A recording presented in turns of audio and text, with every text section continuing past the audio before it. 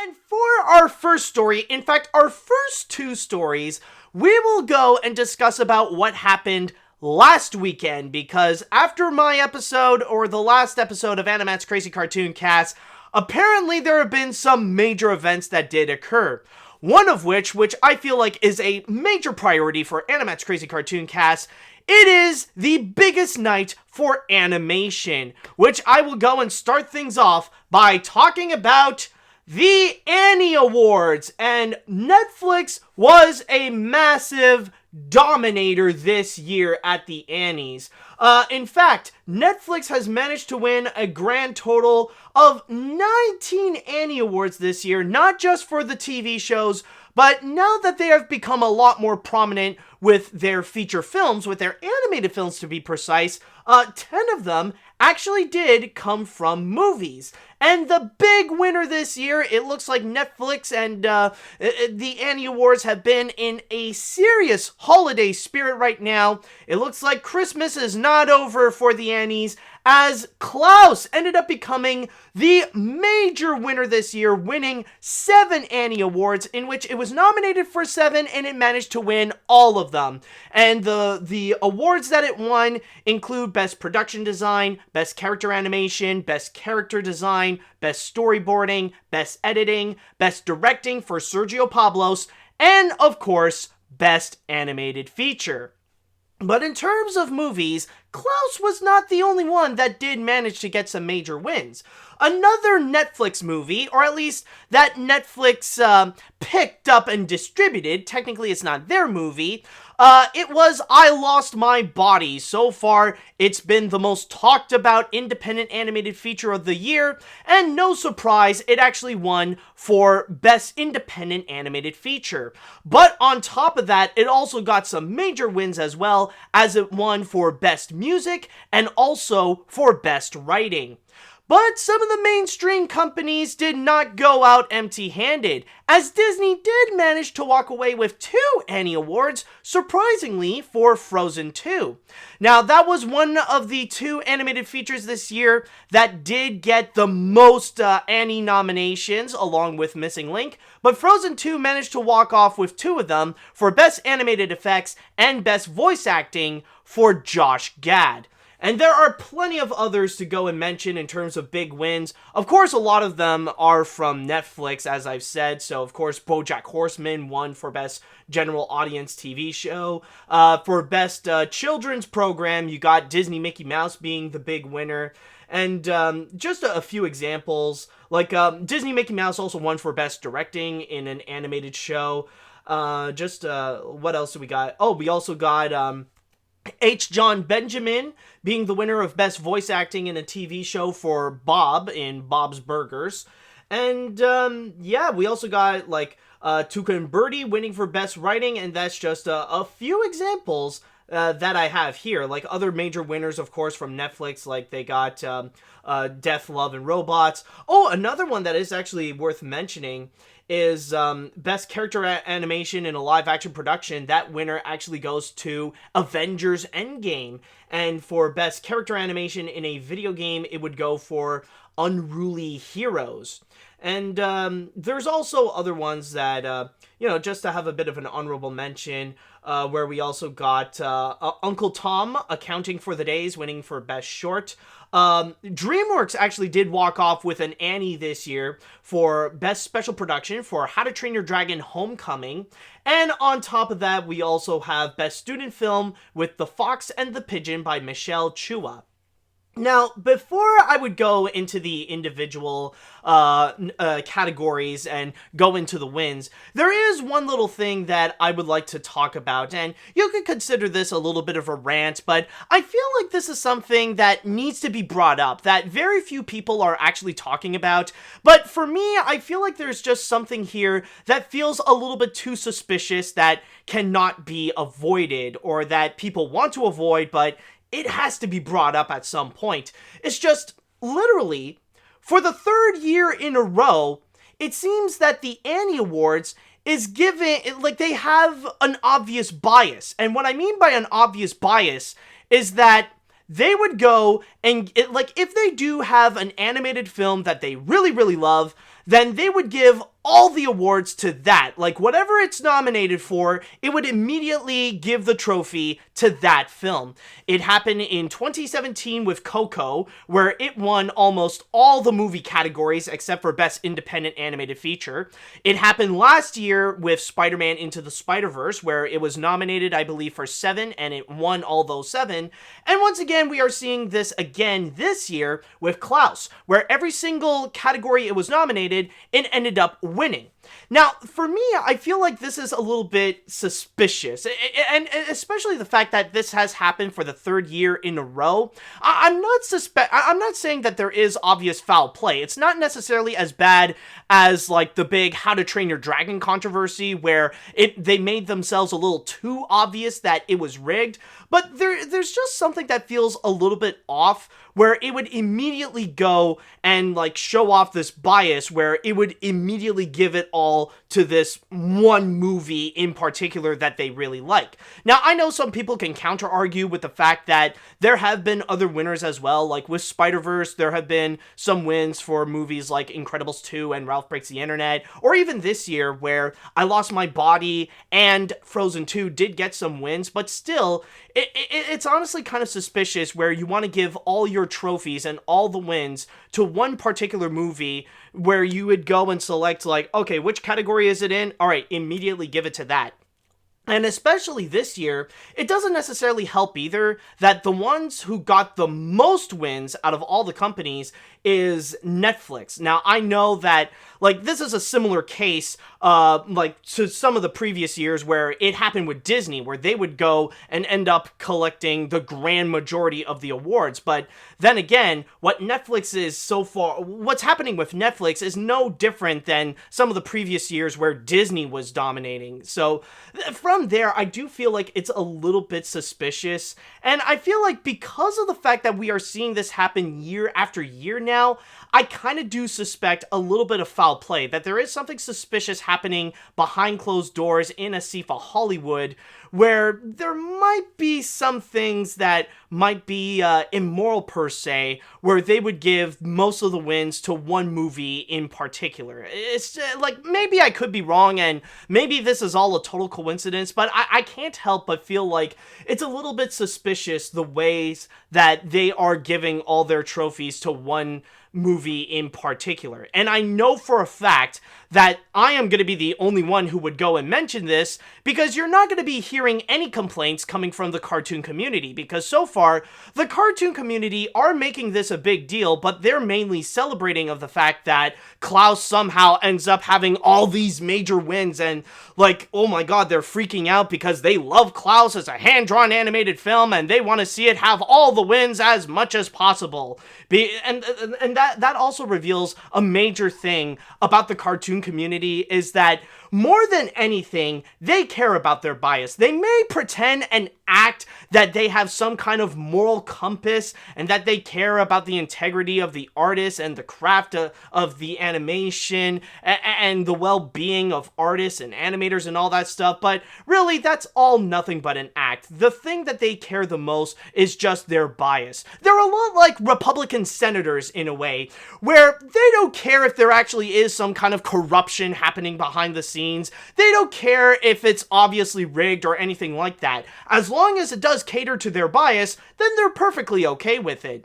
They love Klaus, they love the fact that it's a mainstream hand-drawn animated feature, so they're happy for the fact that it won all those awards, even if there might be some suspected foul play. They don't care, they're biased for Klaus, so for them, they'll take it all as legitimate to go and boost their own ego, and to boost their love for hand-drawn animation, delusionally believing that somehow this means that, oh, it's going to take down computer animation, it'll force mainstream studios to think more about hand-drawn films, when in reality, that's still not gonna happen. Now, I just want to go and clarify, though, that this is not necessarily the fault of Klaus. Like, I'm not throwing shade at Klaus whatsoever, and I'm not necessarily throwing any shade at Netflix whatsoever. The main problem here is regarding the Annie Awards and ASIFA Hollywood and how things are currently running.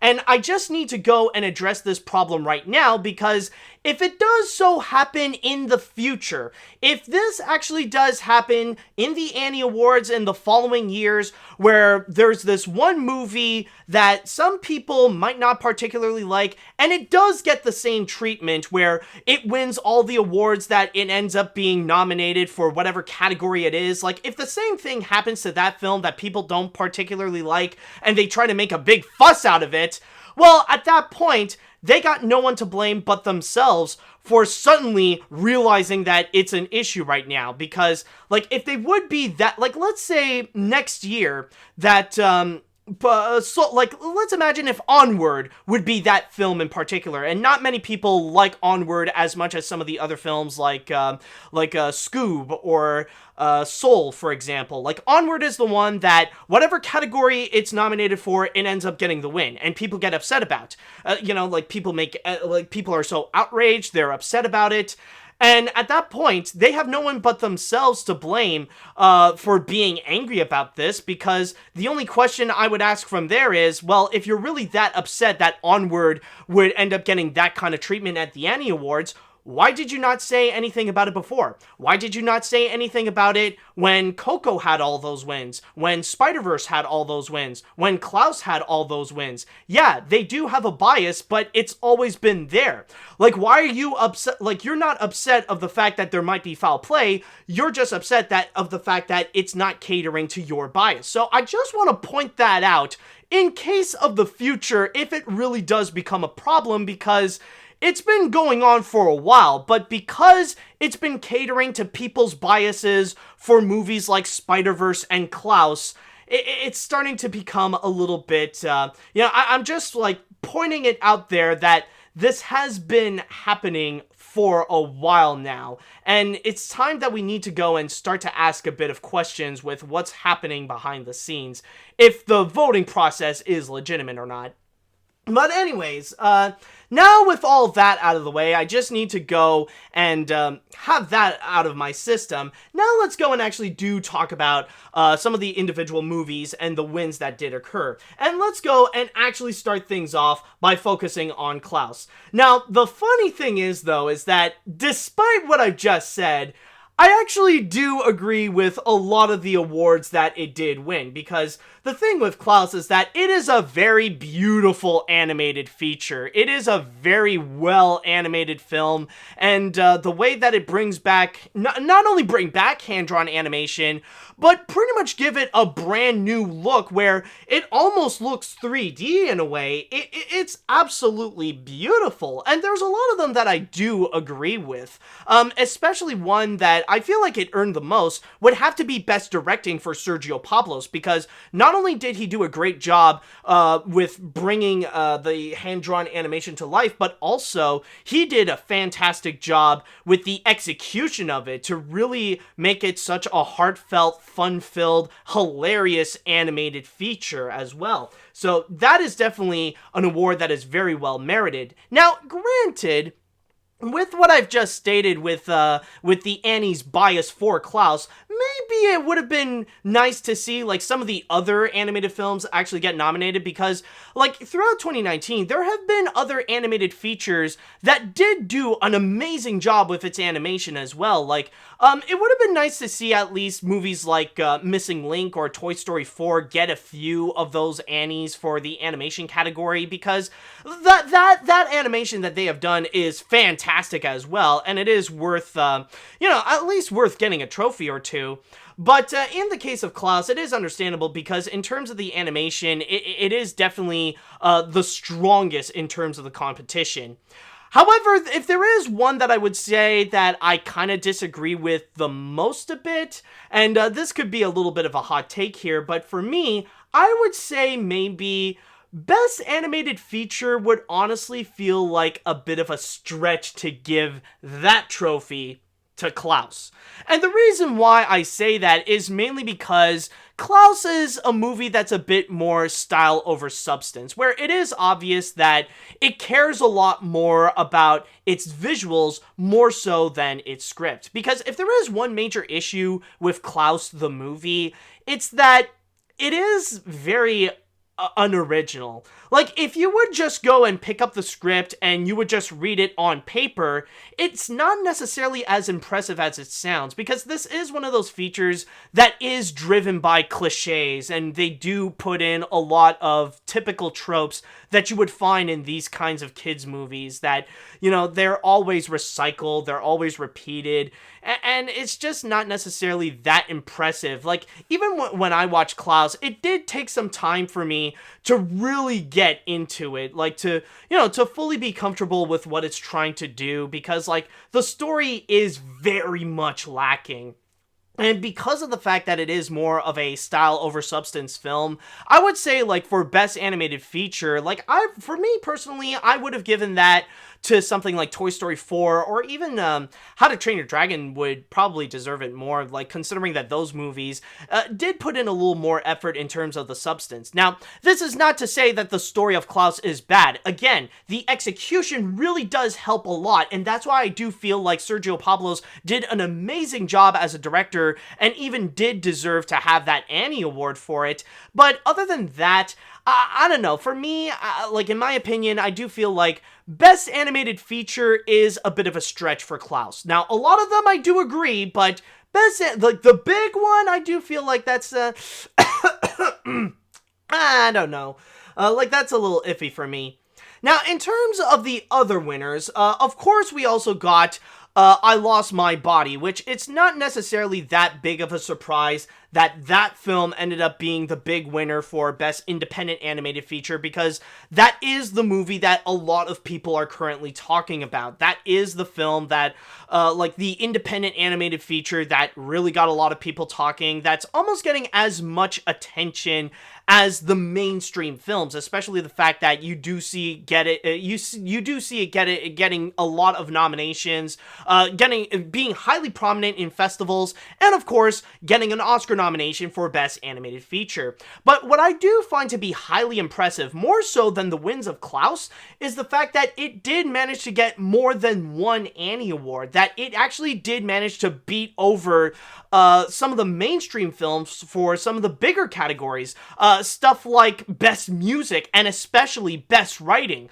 Like, Best Writing is a major category. That's like a really big one, and I'm honestly shocked to find that this one actually managed to beat it over many of the mainstream films. I do believe, like, if we go, it doesn't, okay, so it doesn't necessarily mention the ones that are nominated, but still, I do find it very impressive that I Lost My Body did manage to take over many of the mainstream films and have an independent animated feature win for Best Writing. So I think that's more of a big win for indie films, at least for the Annie Awards. And then you also got Frozen 2. Now, that's the one that did manage to walk away with a couple of wins. And in terms of those wins, I feel like there is no denying that it deserved to get those awards hands down. Now, whichever side of the fence you may be in Frozen 2, whether it be you love it or that you hate it, there's one thing you cannot deny. Frozen 2 absolutely deserved the win for Best Animated Effects, because more than any other animated films during its year, Frozen 2 is definitely the one that really did put a lot of emphasis onto effects. In fact, effects are the thing that really did play a major key role, not only in the animation, but in the story in general. Considering the fact that you see Elsa, Anna, Kristoff, Olaf, and Sven, like, they all go into the Forbidden Forest, and from there, they would go and interact with characters in which their effects are a major factor. Like, they really do emphasize the fact that they represent an element. Like, you got the little salamander, Bruni, which is fire. You got the water horse. Then you got, like, the giant ogres, or I don't know what, like, I think they're just giants, or I don't know if they officially, I don't know, it's been a while since I've seen Frozen 2.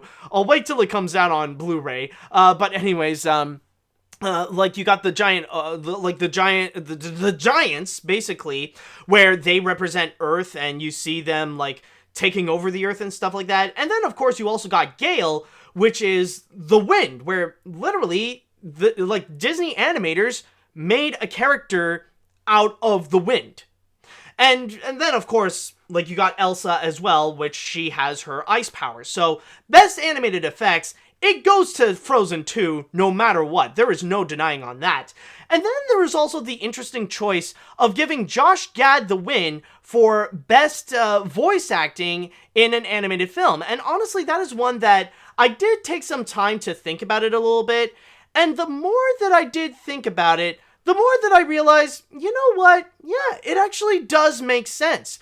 Because the more that I would think about it, the more that I do realize that Olaf actually is a good player in Frozen 2. At least in my opinion, I do feel like with Olaf, he is a good balancer in terms of the tone, because with Frozen 2, it's trying to take itself a lot more seriously. It's trying to be a lot more impactful. It's trying to be a lot more dark, a lot more serious, and push the envelope even more. And Olaf is there more to try to really balance that, to feel like that, you know, to bring in some lighthearted humor, to, you know, not only to entertain the kids, but, you know, to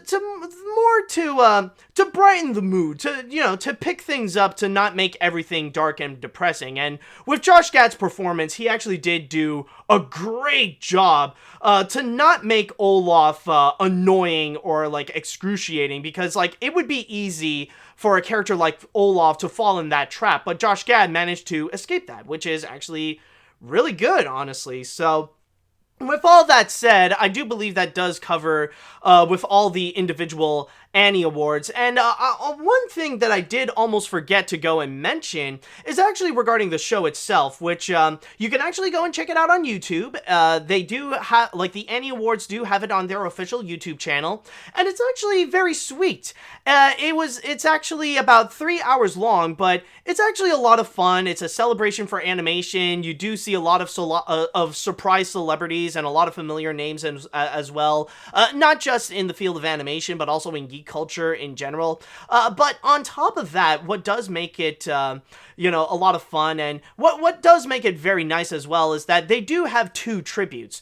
There was one little moment where they paid homage to Richard Williams, considering that he did pass away in 2019, and also they did do a little bit of an homage as well to Kyoto Animation in honor of the unfortunate arson attack that did happen. So they did pay tributes to those individual people. So the in memoriam sections of the show are a lot more prominent this year. So with that said, it definitely is worth watching. It definitely was a lot of fun. And with all that said, I think that does cover my entire thoughts on the Annie Awards, rather it be stuff that I feel like it's a little controversial, and also some of the stuff that I feel like it would deserve it. I mean, I'm not all too familiar, admittedly, with many of the TV shows, so I can't necessarily comment on that.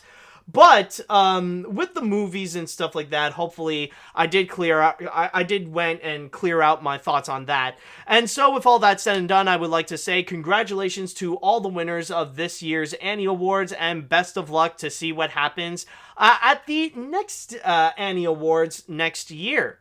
So, whoo boy. So with all that said, now that I put out my comments on that, I would like to go and pass it on to the chat wall. And I would like to know, what do you all think about the results of this year's Annie Awards? Are you guys happy with what happened? Do you feel like there have been some snubs that did occur? How do you feel about, like, some of the winners, some of the nominees? Let me know what you all think. Okay, so let's see what we have here. It's a shame that Tuca and Birdie only lasted for 1 season, and yet it was nominated for 3 Annies and won 1 of them. What I do hope is that this achievement will either make it easier for Tuca to get picked up by another network, or for Netflix to change his mind about canning it early.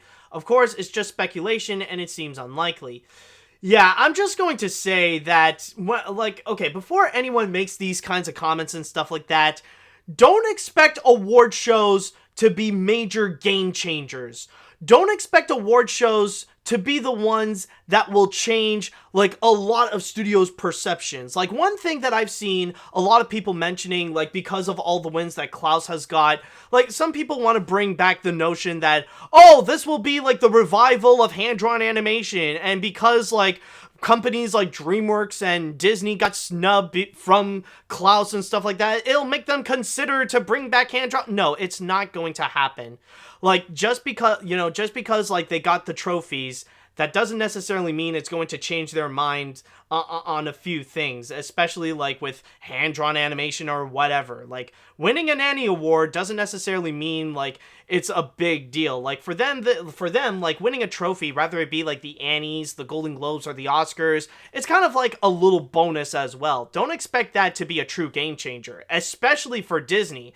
Frozen 2 may not have won as much Annies as Klaus, but it did manage to make $1.4 billion at the box office, and I think for Disney, that is a much bigger win than whatever amount of Annie Awards Klaus has won. So I'm just putting it out there. Don't expect this to be something that, oh, maybe they'll consider to change their mind because of the win. No, that's all bullcrap, and you know it. Don't lie to yourself. Okay. Anyways, major congrats to the team behind Klaus for winning the biggest award in animation, and it's no secret that it absolutely deserves it. The movie is absolutely fantastic, despite getting off on a bad foot, and the character of Jesper feeling too much like Cusco. Oh my god, I am not the only one. That's what I've been thinking so much when I've been watching Klaus. It's like, oh my god, like he really is a lot like Cusco, and especially, like, the voiceover performance, like, Jesper really sounds like Cusco on top of that! Anyways, I'd even call it a modern-day Christmas classic along the lines of Arthur Christmas. I have not much to say, but 2D animation is dead my ass. Well, it's never been dead. You guys just didn't bother to go and actually look for hand-drawn animation. The only problem is that the cartoon community just wants hand-drawn animation to be served to them on a silver platter. They don't even care or bother about looking for hand-drawn. I mean, like, they can go and look for the indie films, but they're too freaking lazy to look for it. It's never been dead. It's just the cartoon community is too lazy to look for it. Alright, let's see now. Foul play or not, it seems that 2019 was a great year for animated underdogs, with Missing Link winning the Golden Globes for Best Animated Feature Award and Klaus winning 7 Annie Awards. It shows that stop motion and 2D animation still plays strong even with 3D animation being dominant. It may not replace 3D animation entirely, but we may see a few more of 2D... No, stop lying to yourself. Stop frickin' saying that. And it's not... And, like, foul play or not, it's like... Yeah, you're not even hiding that... Oh, well... Like, that comment alone really does emphasize that, well, it caters to my bias, so that's perfectly okay. So, like, come on, guys. Don't lie to yourself that this would somehow make an impact, and don't lie to yourself that this foul play is okay because it caters to your bias. Come on, guys. Come on, don't be stupid. Seriously. Okay, let's see now. I'm surprised that Toy Story 4 and Missing Link get shut out, and I feel like those two should have at least earned 1 or 2 awards in order to make it look like it's not shut out. Anyways, congrats to Klaus and I Lost My Body, aka Netflix, for the win, and hope we don't see another bias towards one film next year. Well, that'll definitely depend on the Annie Awards. I mean, we'll just have to wait and see with what they're going to do on that. Let's see now. What else do we have? Well, it's mostly the same comments that are repeating. Let's see. Isn't Mitchell's versus the Machines going to be 2D? I'm pretty sure Daniel Pleberton leaked the poster on Twitter. I don't know. Honestly, I've never heard of that, actually. I haven't heard any news about Mitchell's versus the Machines ever since like the announcement of the project. So I can't necessarily confirm if that would actually be true or not. By the way, I just need to go and double check on something. Okay. Yeah, I almost forgot. Just need to go and set things up for my microphone. I apologize if the audio quality during that whole segment was a little iffy, or it's just like, it's too loud or something like that. So, yeah, I think from there, I think we're all pretty much good with what we got with the Annie Awards. So, with all that said, let's see what happens next year.